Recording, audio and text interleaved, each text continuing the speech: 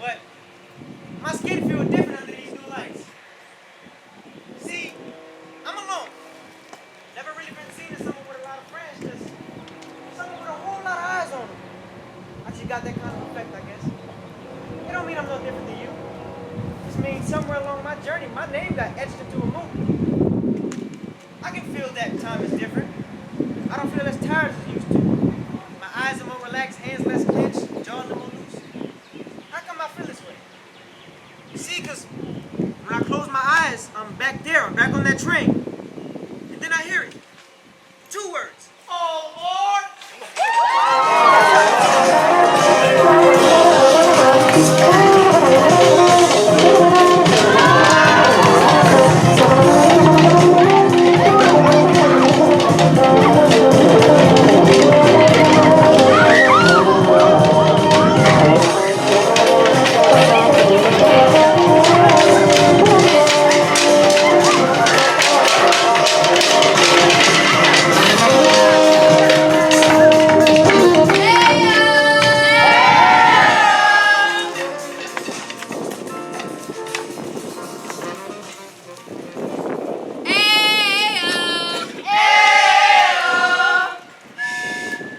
Oh, tickets brought to me. No ticket, no seat, no seat, no ride. Ticket, please. Oh, tickets brought to me. No ticket, no seat, no seat, no ride. I am Homer Plessy.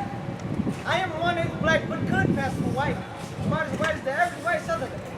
I was on the East Louisiana train headed for Covington. I have a ticket. Had a ticket. I'm telling the truth. Here, I'll show you. All tickets must be brought to me. I am your guide. I am your conductor. Who are you? I'm an instrument, both internally and externally. I have no idea what generation of piano I am, but I'm the second youngest member of that family.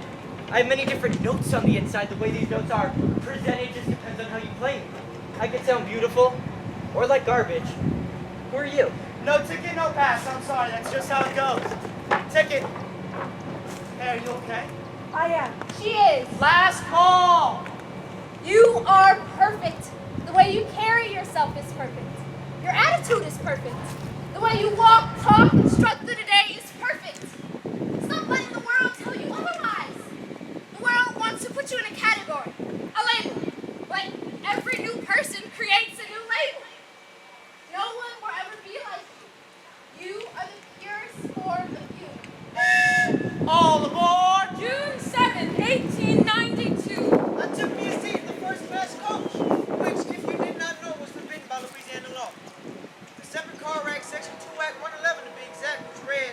Be it enacted that the Louisiana officers of railroad can and shall have power to, are legally required to, assort each passenger into the coach or compartment to which by race such passenger belongs. Any person, and I mean any person, insisting on entering a coach or compartment to which by race they do not belong, shall be held liable to a fine of $25, or in lieu thereof, no more than 20 days in the parish prison. From the 1892 4th of July issue of the newspaper The Crusader. Among the many schemes devised by the Southern statements of black races, none is so insulting as the one which provides separate cars for black and white people. It is like a slap in the face to every member of the black race, whether he has the full measure or only 1/8 of that blood. Yes, they do preach. Here's what Paul Trevine had to say. Future generations will be ashamed to have such laws in the book. They didn't care. See, because the law had strong support for whites, and back then that was everything. In the Times Democrat, they had written, The separate car acts as a move in the right direction, framed in the interest of the traveling public. The line of distinction and separation of races is to be forever kept up. right direction, kept up. What does that even mean? Please make sense of that for me. Please make it make sense for somebody. Whoa. Stop that steering. Y'all hearing me? Hello? Don't just stare, say something. Were you scared that day in June when you boarded the train? Or were you confident walking in the train? Were you concerned about how this would affect your family? What was the weather like? What did you eat that morning and that night? What shoes were you wearing? Were they comfortable? Were you worried about your appearance? Not the color of your skin, but how you looked. Did you sleep the night before? I can't remember. Did you trust yourself? You trust yourself now, but you knew what you were doing was right. Was your heart racing? your wife? Did she know what you were doing? You tell her everything? I told her what I could. What went through your brain when you sat down in the train car? Last call for Covington, all aboard.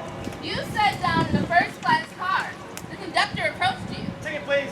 and he asked you, Are you a colored man? and you answered. Yes, by Louisiana law, I am a colored man. Then you must ride in the coach reserved for colored people.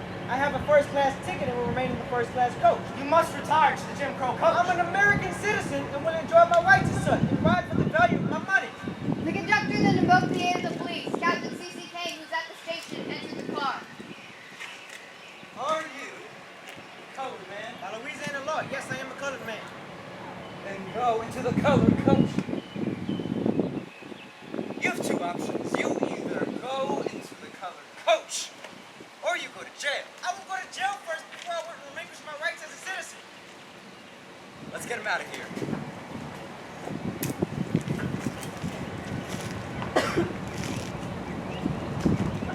You were taken into police custody and charged with violation of the Separate Car Act, Section 2, Act 111.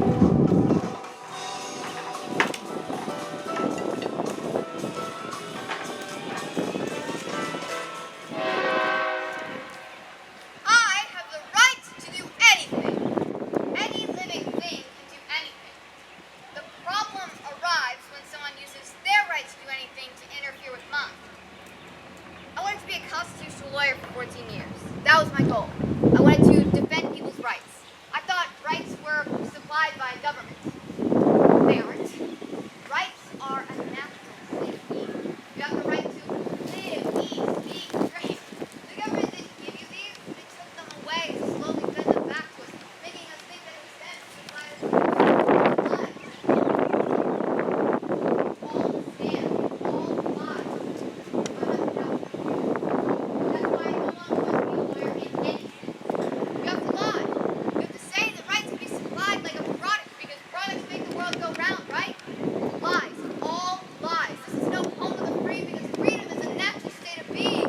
You gotta be free so you can dictate your actions, your decisions, your life, your rights. To be free is to be without restraint. You wanna tell me laws aren't restraint?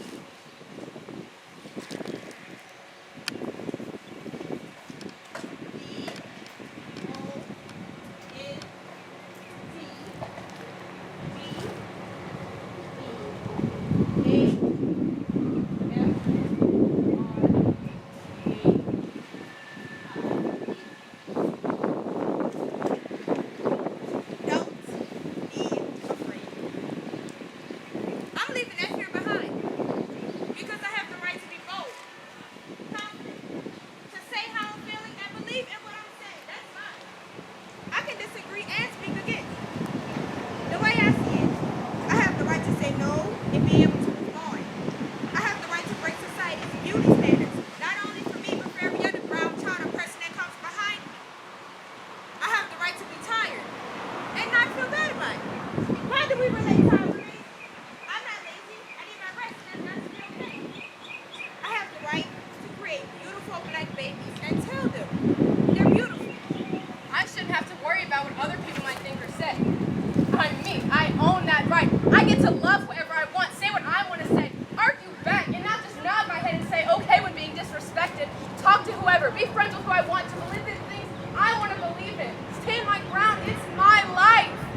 Keyword mine. I was targeted on that train, pointed out for being black after having passed so many times before.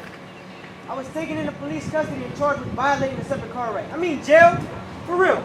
For hopping on the trains myself, a right I thought I had. We all did. Everybody in my world did. See, my world was full of color, full of life. I want to be back there. April 29th, 2022.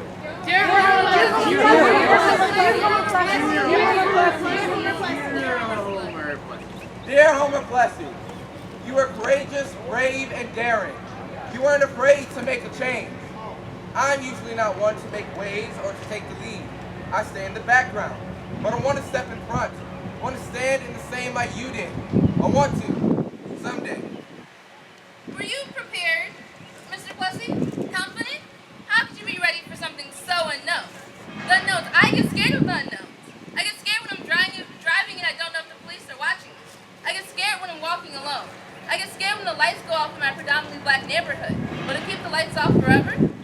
Sometimes when I get stuck on a question that needs an answer, I just don't turn in the assignment. When it gets too hard, I give up. I can be a real quitter. But you didn't quit, Mr. Plessy. No, you found the motivation to keep going. You had a goal, you had a mission, and you followed through. That's admirable. Dear Homer Plessy, though painful to admit, I nearly gave in to the diasporic urge to whine about my skin of stolen gold, but by essence alone, there is a possibility that the only two things you and I may have in common are brown skin and red hair. Mine is dyed. I have a hypothesis that there may be more. We were both chosen. You by your community and me by my study of choice. Every decision that the both of us have ever made has gone down in a personal history. You are larger than life, but I know very little about you. I have so many questions. What was your favorite sound? What was your favorite music? What was your favorite color? What did you have a comfort object? How did you cope with fear? What did you see when looking in the mirror when washing your face before bed? I have all these questions, but I think that I'm starting to see what you may have seen when you looked in the mirror. Did you know that my mouth won't work? I cannot speak my first language anymore because I wasn't homeschooled. How far back does it all go? How did an island used to sound?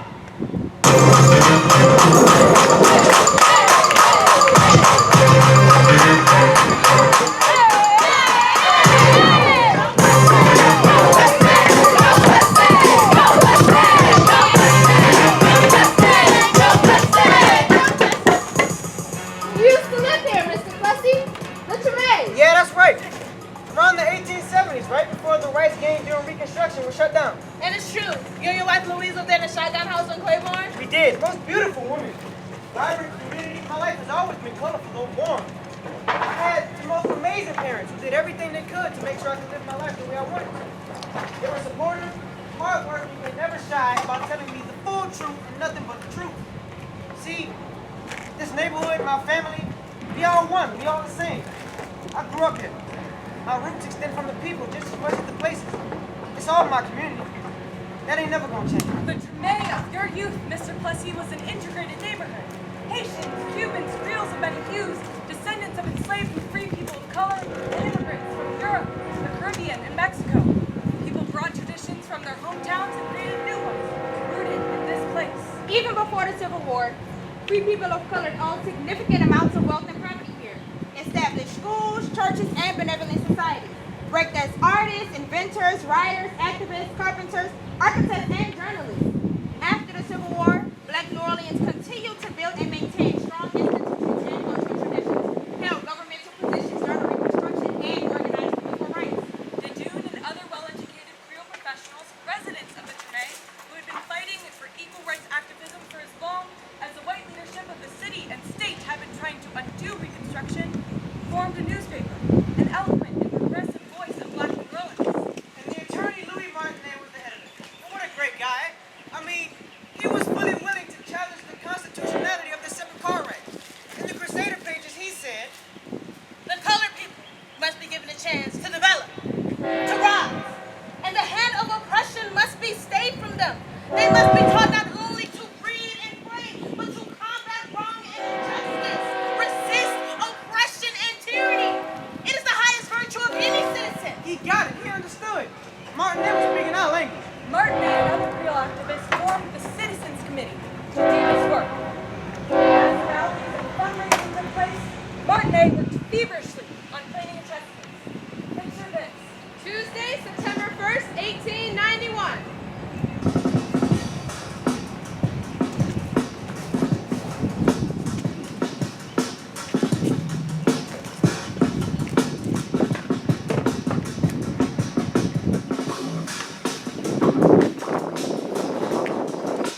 What did your committee go for? The meeting is now in session. Henry David. began the 4th of July in Framingham, Massachusetts. He said, The law will never make men free. It is the men who have got to make the law free. and under the new Reconstruction governments, they did just that. But by 1890, the rights gained during Reconstruction were lost. Louis Martinet stuck to his mission. We must do something about the Separate Car Act. I say we utilize the woman. Let her board the train, see what comes of that. She'll generate sympathy for the cause.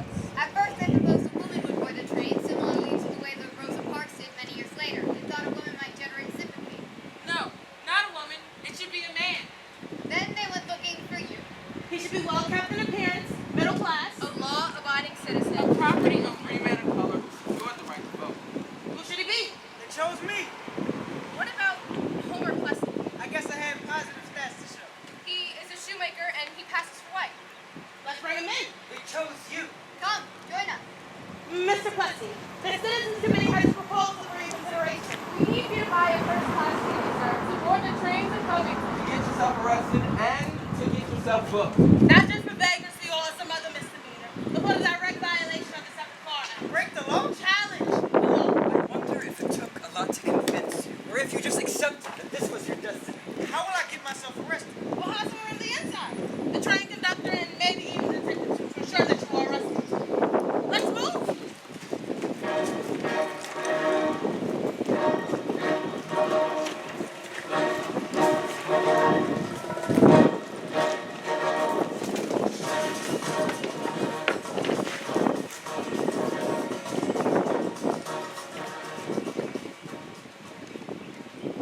Where are you from? I'm from Mid-City, Culver City, Los Angeles, California, the USA. Okay. And what does that mean to you? It means a lot to me. It means a day where the man with the ice cream cart doesn't come down the block. It's a day I don't want to be a part of. It means the parakeets chirp miles above my head. The smell of dark asphalt floating off the street. It means the smell of the dirt on my hands from the hours of touching everything in the schoolyard. It is the overbearing, motherly sun, unperturbed in the sky. It means the breeze of early mornings to the warm-blooded croissants that make the day vanish. In New Orleans. What does that mean for you? Same energies with different power.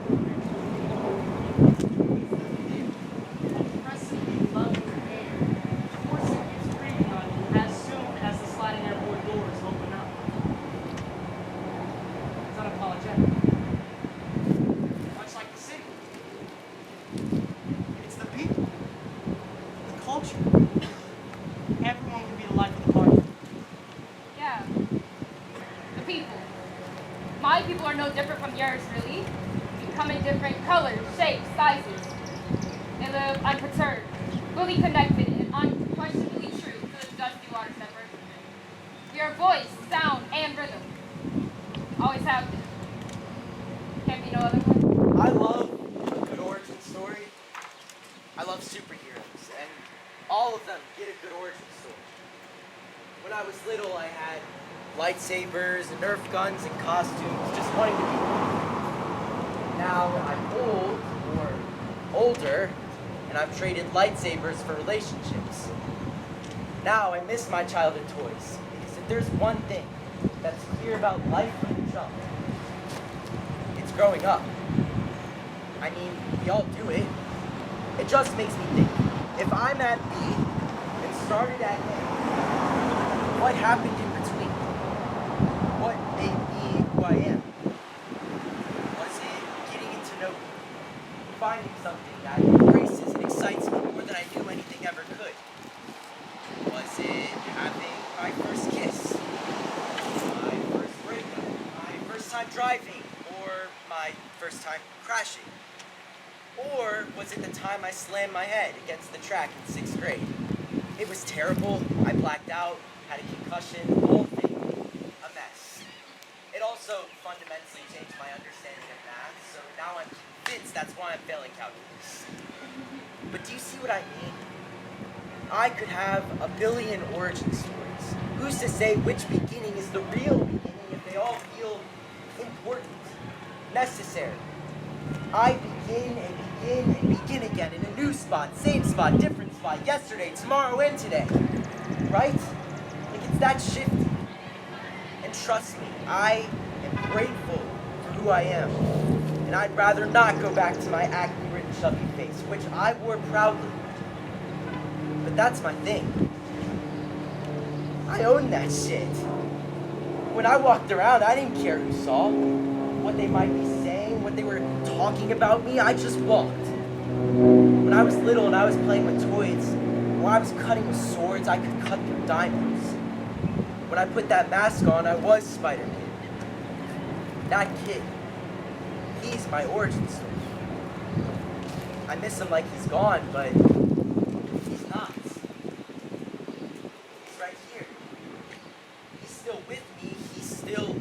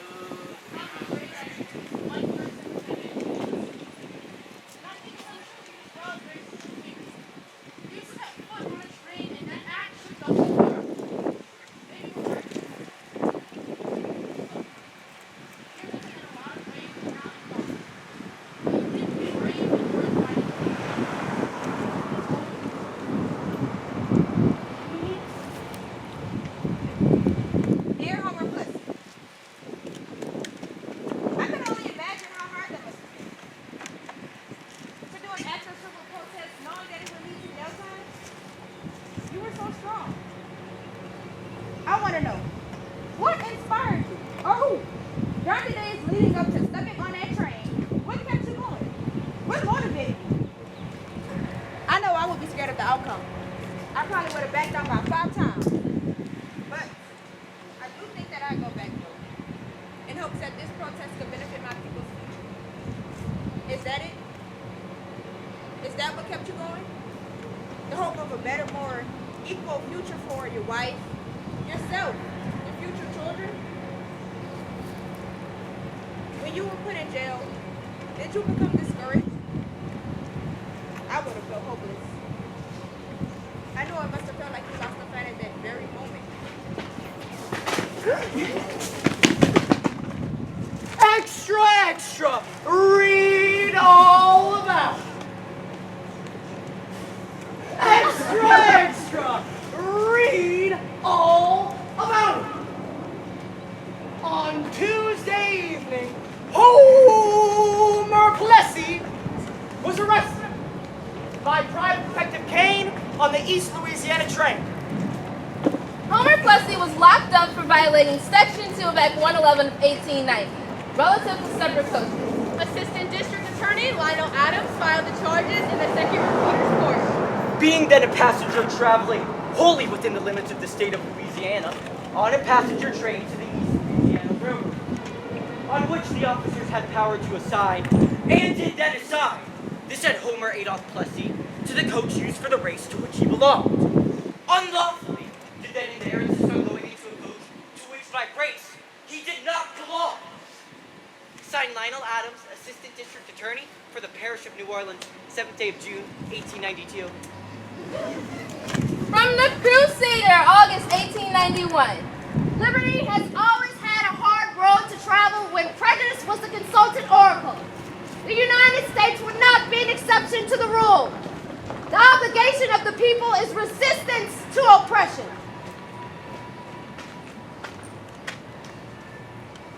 Being invisible has become a comfort to me. My whole thing is being an enigma, right? I don't really do the I am song, and my identity defines me dance. I pride myself on being this liquid creature, if you will, but I don't take the shape of containers that make me uncomfortable. I lost someone over the summer. This person morphs into different forms only to fill up who I am with the same result. I come. When you're alive, you're eating, breathing, sleeping, doing what it takes to survive, but when you live, you enjoy every moment. You love waking up in the morning to see what the new day brings. You do things to enjoy them, not just because you have to. I don't really get the whole idea of self-love. It all seems so fabricated now. Like, do this, do that, feel this, and love yourself. I don't even know how to explain it. It might be patience, could be trusting yourself, could be a mixture of a lot of things. I do know it's got to do with loving every imperfection of yourself. What kind of person am I? Well, it depends on who you ask. My best friend, she would call me nice, even though I can't agree. My best friend would say I'm more than you'd expect. That I hold more secrets than anyone would ever know. Today, I wanted to ask you why you were my friend. Parts of me need temporary fillings. What are my strongest traits? Can we sing Baby Frog again? I don't like the practice of putting labels on myself, and it feels like enough people do it to me all the time. I'm sorry, but I personally don't like labels. There isn't a single label you're proud to call yourself? A guy in my class. He'd call me B-I-T-C-H.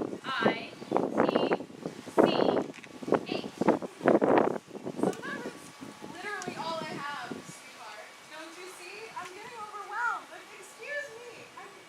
It always comes as a shock to people when I tell them I'm half Hispanic. I mean, you look at me and you see white girl, right? Well, I can't even wear heels anymore. This is awful. What's awful? Being tall. Can I just sit here and have you fill me up? A guy in my class. He'd say I'm easy to talk to. He called me a bitch.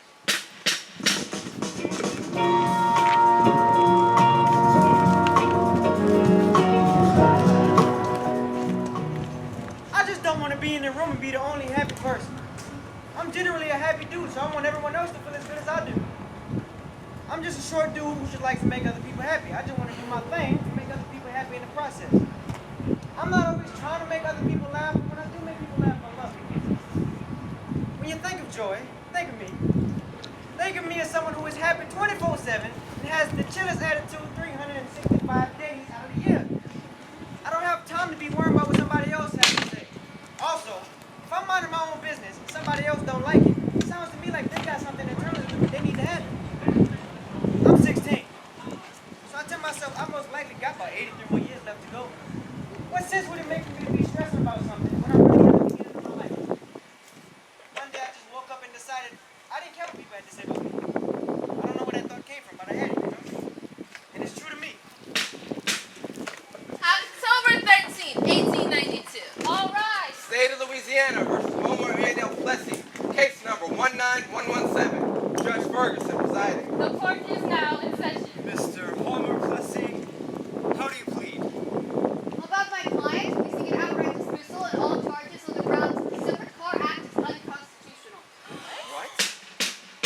We wish to file a motion to delay these proceedings so we can argue the constitutionality of the Separate Car Act. The court will allow this information to be filed and for your argument to be heard. For now, the defendant Homer Plessy is discharged on bond, awaiting further proceedings. Mr. Plessy! Mr. Plessy! Mr. Plessy! Would you care to make a comment? I am guilty of buying a first-class ticket and boarding a first-class car. I am also guilty of refusing to leave the car. But we are here to petition the court to challenge this law. We will go all the way to the United States Supreme Court if we have to.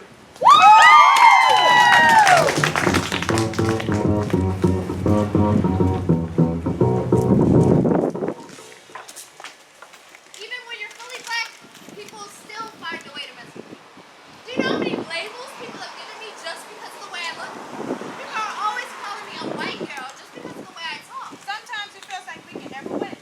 Either we're a black girl who wants to be white, or we're the ghetto black girls and way too outspoken. You're either too black or not black enough. And it's frustrating. Because it's like, why us? Why do we have to fit into the stereotypes that the white society has made for us? Yeah, like society wants me to be this strong, loud black woman. But I'm actually really kind and calm. They take that as weakness, or I'm not like that people. Newsflash, we're not all made to be the same. And not all made to look the same either. Why is it that the girls with 3C curly hair get called pretty, but the girls with 4C hair get called nappy headed? Why is my hair such a problem to so many people? People assume just because I have my hair flat iron that I hate my natural hair. But that's so far from the case. It's a lot to understand and way too much for me or you. Educate yourself. I can't do it at the moment. I hate that I have to educate my children to dismiss what people say. Because what people say wrong hurt them. I hate it too. Is it always going to be like this? Is it always going to be a mystery to them and a nightmare for us?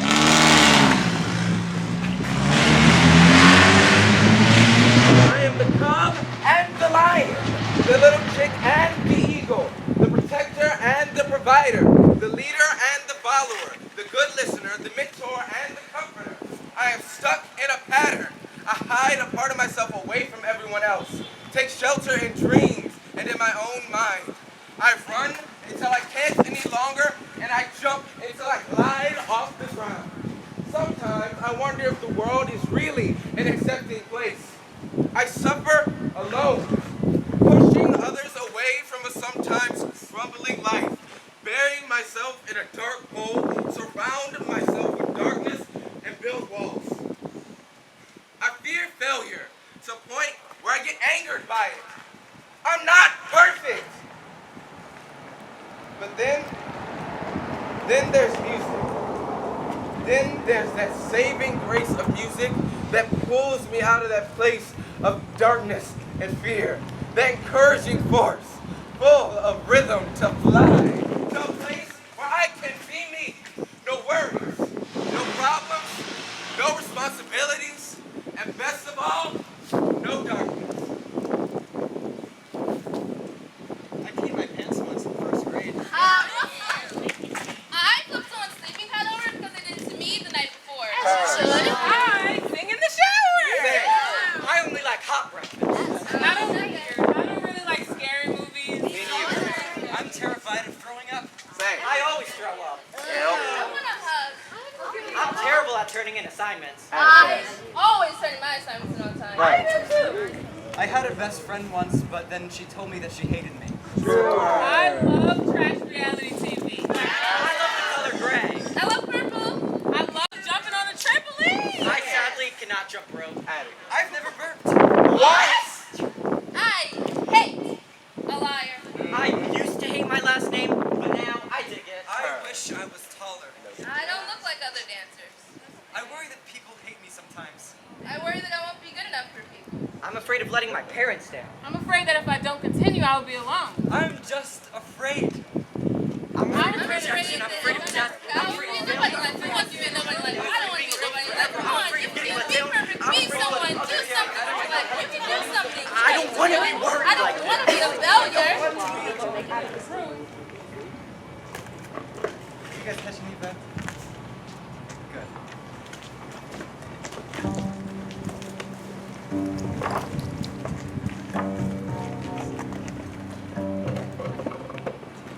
On June 6, 1873, the people of New Orleans, the Treme, gathered to make an appeal for the unification of Louisiana. First, that henceforth we dedicate ourselves to the unification of our people. Second, by that our people, we mean all men of whatever race, color, or religion who are citizens of Louisiana and are willing to fight for her prosperity. Third, that we shall advocate by speech and pen and deed the equal and impartial exercise of every citizen of Louisiana of every civil and political right guaranteed by the Constitution and the laws of the United States, and the laws of honor, brotherhood, and fair dealing. Fourth, that we shall maintain and advocate the right of all citizens of Louisiana to frequent at will all places of public resort and to travel at will on all vehicles of public conveyance upon terms of perfect equality with any and every other citizen. Fifth, that we pledge our honor and good faith to exercise our moral influence to bring about the rapid removal of all prejudices heretofore existing against the colored citizens of Louisiana. On July 15th, the unification movement met its public. Isaac N. Marks stood to the podium to face his fellow citizens. We come here tonight, I hope. I trust in God that we come here tonight to lay upon the altar of our country all of the principles of the land October 13th, 1892. All rise. State of Louisiana versus Homer Adolph Plessy. Case number 19117. Judge Ferguson presiding. The court is now in session. Mr. Lionel Adams, representing the state. Go ahead, please. Your Honor, we believe the state has a right to establish its own guidelines of racial association. Mr. Homer Plessy is in clear violation of the law and should be found guilty as such. He should pay his fine, and the Separate Car Act should be upheld as constitutional under the law. Mr. Walker, are you prepared to make a statement on behalf of your client? Yes, Your Honor. I reassert that Mr. Homer Plessy should be set free. He was orderly, well-dressed, and not intoxicated at the time of his arrest. He uttered no profane or vulgar language. He had purchased a first-class ticket, and no passenger had objected to his behavior on the train. The problem is not with my client. With the Separate Car Act, which seeks to confer a conductor the power to determine the question of race and label passengers as criminals for not complying. The Separate Car Act establishes an unjust distinction to discriminate based on race, which is obnoxious to the fundamental principles of national citizenship.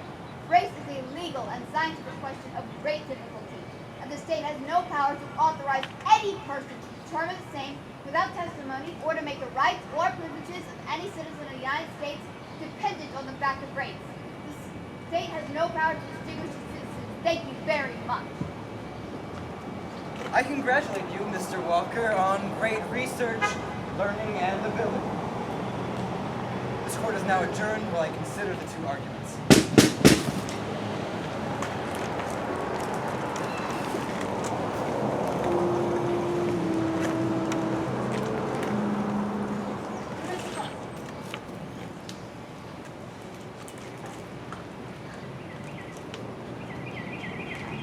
Nervous I'm when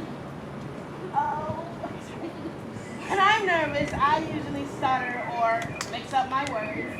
Sometimes my hands even start sweating. Were you nervous when you sat up there? All those eyes on you? I get nervous before I'm in front of big crowds. So I can only imagine how cool it is. You're about to change the world.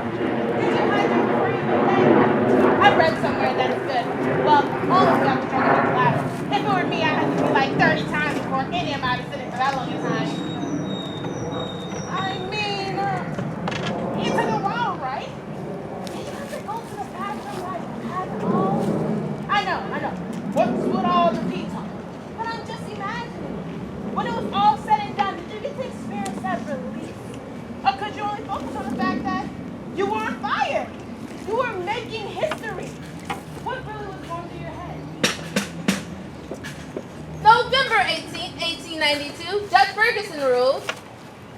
There is no pretense that Homer Plessy was not provided with equal accommodations with white passengers. He was simply deprived the liberty of doing as he pleased, and of violating a penal statute with impunity. An appeal was filed and the case went to the Louisiana Supreme Court. The court upheld Judge Ferguson's ruling. From the Times Democrat, yesterday the Supreme Court of Louisiana rendered a decision in favor of the constitutionality of the Separate Car Act on the same grounds as Judge Ferguson. The community at large will be glad to hear that this race question is settled. The two races will not mix, any more than oil and water.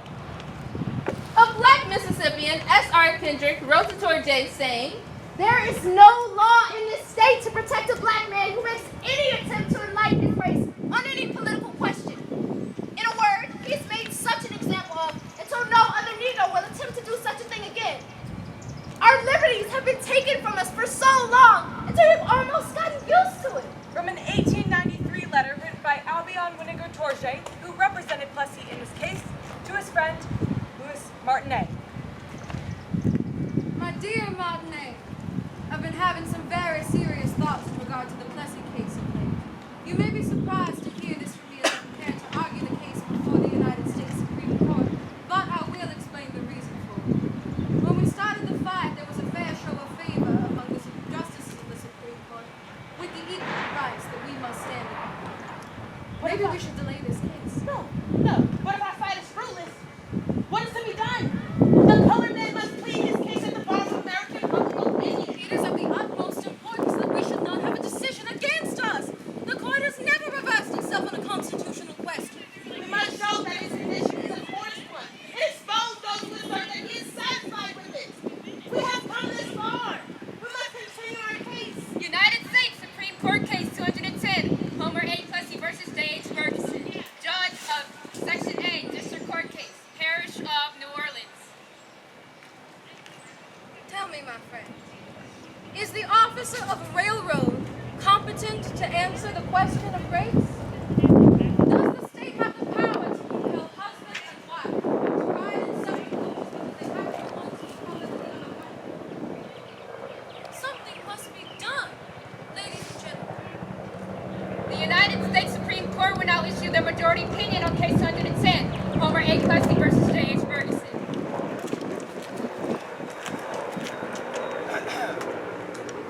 We consider the underlying fallacy of the plaintiff's argument that consists in the assumption that the enforced separation of the two races stamps the colored race with a badge of inferiority.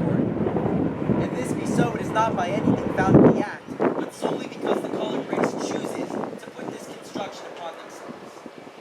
Legislation is powerless to eradicate racial instincts or to abolish any distinctions upon physical differences. And to do so would only accentuate the current difficulties of the present situation. If the two races be equal civilly and politically, then one race cannot be inferior civilly or politically. If one race is deemed inferior socially, then the Constitution of the United States cannot put the two races on the same plane. The decision was 7-1. You lost. Justice Harlan wrote to the dissent. The white race deems itself to be the dominant race. So it is in prestige, in achievements, in education, in wealth and power. So I doubt not it will continue to be. If it remains true to its great heritage and holds fast to the principles of constitutional liberty. But, in view of the Constitution, in the eyes of the law, there is in this country no superior, dominant, ruling class of citizens. There is no caste here. In regards to civil rights, every citizen is equal before the law. The humblest is the peer of the most powerful. The law regards man as man and takes into no account his surroundings or his color. Civil rights is guaranteed by the supreme law of the land are involved.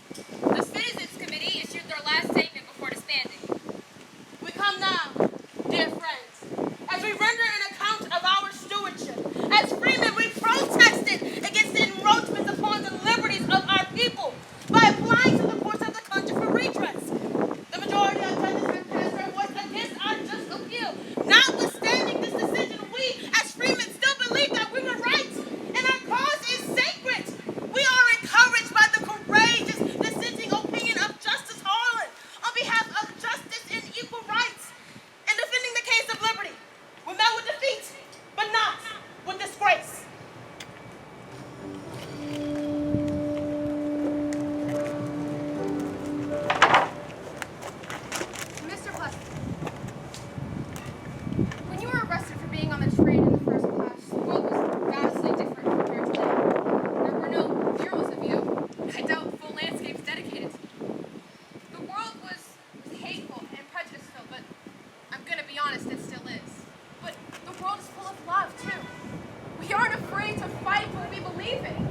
protest, we riot. There is more fighting for than backing down now.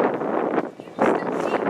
As a society, we've grown closer to understanding and believing in love. New Orleans is one of the most accepting and loving cities. I mean, you know that. Everyone can be who they want, dress how they want. This city is rich in culture and life, which is something that feels hard to diminish or destroy here. I can't speak for other places in the world, but I know that we are a strong community that loves and that will continue to thrive on that same love that you have for your community and that we have for you each passing day. I believe that too. All of you. Following the Plessy versus Ferguson decision, 99% of blacks in Treme who had previously gained voting rights lost those rights. It wasn't until Linda Brown and the Brown versus Board of Education almost 70 years later that several equal laws were deemed unconstitutional. History will debate this for many years to come.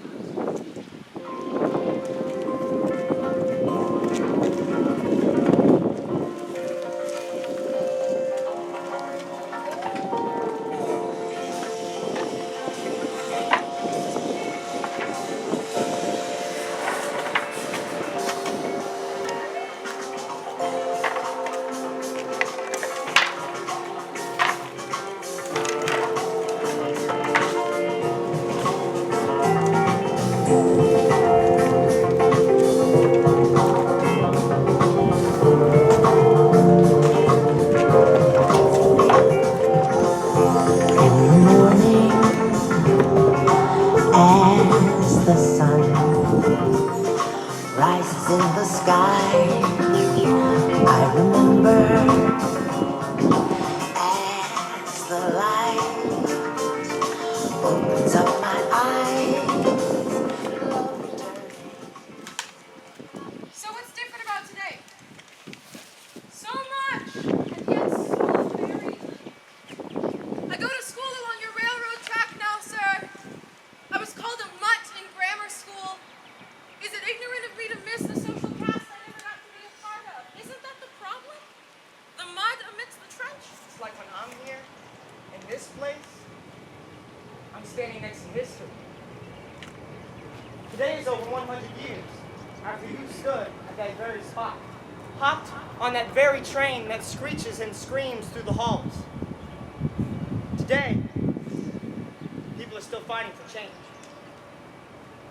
We feel your energy, and we can hear you. Hear me! Our planet and wildlife is dying.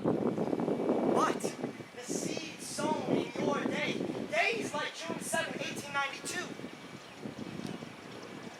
Those seeds sown are blossoming into towering oaks. We're scared sometimes, but ready. Don't worry too much about where we're headed. Most people don't take the train. At least not here in New Orleans. Most people don't read the newspaper. People participate in social counterculture.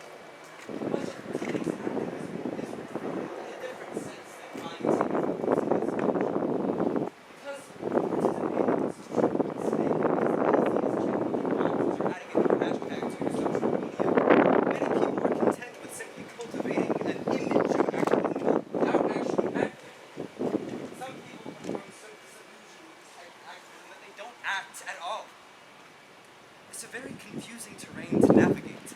Most of the railroad tracks in the city are covered over in houses and concrete. Few main lines remain. The people are more wild and free. We love that. Everything is sort of new. Yesterday is not the same as today. Black and white kids go to school together now. Anybody can run for office. There are accomplishments ones we must acknowledge and be proud of, even when it gets difficult to manage sometimes. We are all colors of creation. Every piece of existence. We get to make homes and hold them close for ourselves. Mr. Plessy, we're not the labels, misconceptions, rude remarks, or racial slurs people make us out to be. We are who we say we are. We change, we grow. We are not the same our entire lives. Things move quicker. Minds move faster. Everything is different and the same. The world is... it's beautiful.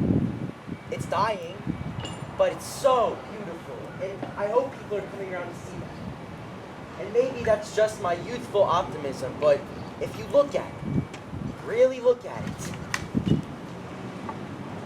and maybe it's because of everything that's happened in your time, our time. Hell, the last 2 years, the last 50 years, 100 years, the world has gotten bigger. There's a bit more awareness. The limits to living have been stretched, yet people are closer than they've ever been. And I get it, it can be a bit scary and invasive and challenging, but it's worth it and it's beautiful. And a part of that started with you. So, I guess, take your bow, King.